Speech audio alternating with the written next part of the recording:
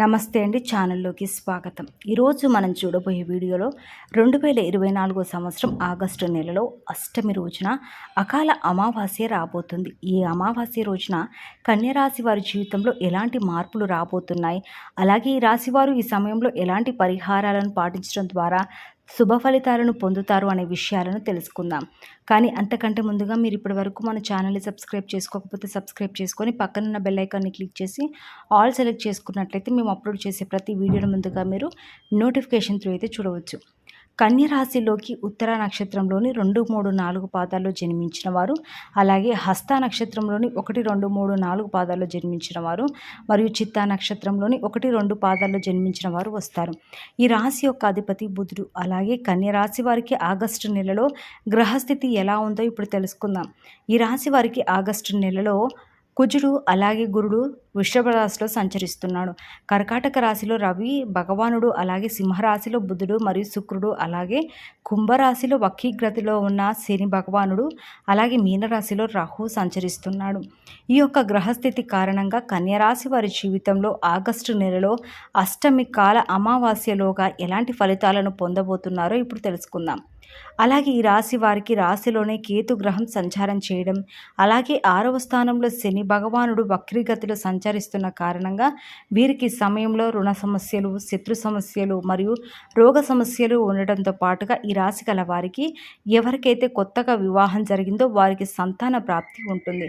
తమ తల్లిదండ్రుల నుండి స్థిరాస్తులను కూడా పొందుతారు. అలాగే ఈ సమయంలో మీ ఎదుగుదలకు కావలసిన ధన సహాయం కూడా మీ బంధువుల నుండి మీకు లభిస్తుంది. అలాగే ఈ సమయంలో ఈ రాశి వారు తమ కుటుంబ సభ్యులతోనూ తమ అన్నదమ్ములతో అక్క చెల్లెలతో మాట్లాడేటప్పుడు తగిన జాగ్రత్తలు తీసుకోవాలి. లేకపోతే మీరు మాట్లాడే విధానం వల్ల మీకు వారికి మధ్య గొడవలు వచ్చే అవకాశాలు ఉన్నాయి. ఈ రాశి గల ప్రేమికులు కూడా ఈ సమయంలో మాట్లాడుకునేటప్పుడు తమ నోరు అదుపులో పెట్టుకొని మాట్లాడడం మంచిది. లేకపోతే మీ మధ్య సమస్యలు వచ్చి మీరు విడిపోయే ప్రమాదం ఉంది. ఈ రాశి వారికి భాగ్యస్థానంలో కుజుడు మరియు గురుడు యొక్క సంచార స్థితి కారణంగా భార్యతో కానీ భర్తతో కానీ అలాగే పార్ట్నర్షిప్ వ్యాపారాలు చేసేవారు కానీ ఈ సమయంలో వారితో మాట్లాడేటప్పుడు బాగా ఆలోచించి మాట్లాడడం మంచిది. ఈ సమయంలో మీరు బాగా ఆలోచించి ప్రతి విషయంలోనూ నిర్ణయాలు తీసుకోవాలి. లేకపోతే మీరు తీసుకునే తొందరపాటు నిర్ణయాల వల్ల అనేక సమస్యలను ఎదుర్కొంటారు. కన్య రాశి వారు ఈ సమయంలో తెల్ల జిల్లేడు చెట్టు దగ్గర దీపం పెట్టి, అలాగే తెల్ల జిల్లేడు చెట్టు వేరుని తెచ్చుకొని దానికి సింధూరం పూసి మీ పూజ గదిలో పెట్టుకుంటే మీకు శుభ ఫలితాలు వస్తాయి. అలాగే ఈ రాశి వారు ప్రతిరోజు లక్ష్మీ గణపతిని అలాగే కాలభైరవ స్వామిని పూజించడం ద్వారా అదృష్టాన్ని పొందుతారు. అంతేకాకుండా ఈ రాశి గల ఉద్యోగస్తులకు, వృత్తి అలాగే వ్యాపారస్తులకు మరియు రాశి గల వారు ఎవరైతే ఏ రంగాల్లో ఉన్నారో వారందరికీ సమయంలో అనుకూల ఫలితాలు ఉంటాయి. మీరు ఏదైనా రంగంలో స్వతంత్రంగా రాణిస్తారు. మీ జోక్యంతో ఒక సమస్య సానుకూలమవుతుంది. ధనలాభం, వాహన సౌఖ్యం ఉన్నాయి. బాధ్యతలను సమర్థంగా నిర్వహిస్తారు. ఖర్చులు అధికమవుతాయి, ప్రయోజనకరంగా ఉంటాయి. కొత్త మొత్తం పొదుపు చేయగలుగుతారు. కీలక పత్రాలు అందుతాయి. స్థిరాస్తులు వ్యవహారాల్లో జాగ్రత్తగా ఉండాలి. ప్రబోధాలకు లొంగవద్దు. ఆరోగ్యం స్థిరంగా ఉంటుంది. దూరపు బంధువులు బలపడతాయి. అలాగే వివాహ యత్నాలు తీవ్రంగా కొనసాగిస్తారు. ఒక బంధం ఆసక్తి కలిగిస్తుంది. సంతానం కదలికలపై దృష్టి సారించాలి.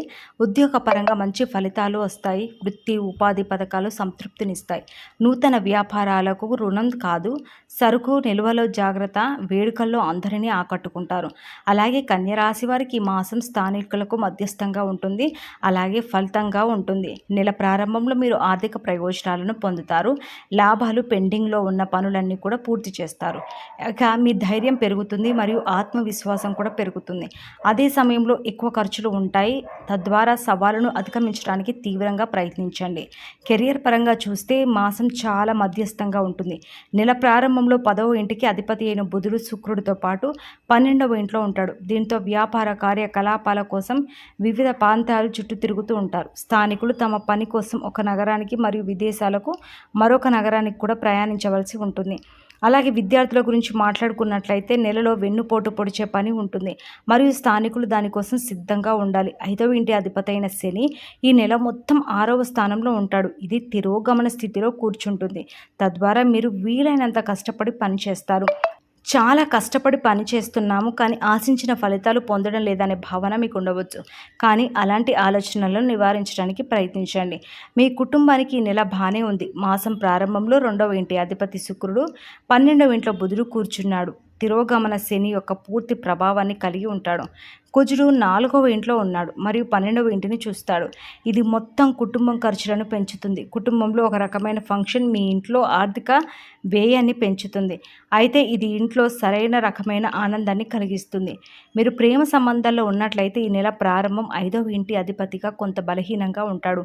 శని 6వ ఇంట్లో తిరోగమన స్థితిలో ఉంటాడు. సూర్యుడు 5వ ఇంటిపై తన ప్రభావాన్ని చూపుతాడు. ఇది మీ ప్రియమైన వ్యక్తితో అహంకార సంఘర్షణకు దారితీస్తుంది. అలాగే స్థానికుల ఆర్థిక పరిస్థితి గురించి మాట్లాడుకున్నట్లయితే ఈ నెల ప్రారంభంలో సూర్యుడు 11వ ఇంట్లో ఉంటాడు మరియు సరైన రకమైన ఆర్థిక లాభాలను నిర్ధారిస్తాడు.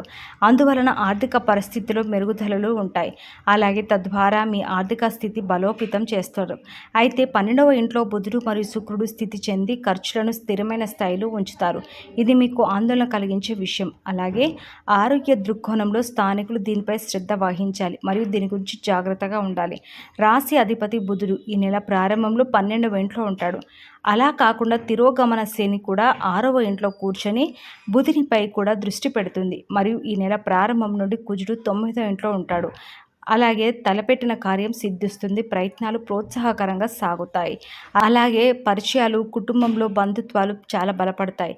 నిలిచిన పనులన్నీ కూడా ఈ సమయంలో పూర్తి చేస్తారు. అయిన వారితో సంప్రదింపులు జరుపుతారు. మీ అభిప్రాయాలకు స్పందన లభిస్తుంది. ఫోన్ల సందేశాల పట్ల అప్రమత్తంగా ఉండాలి.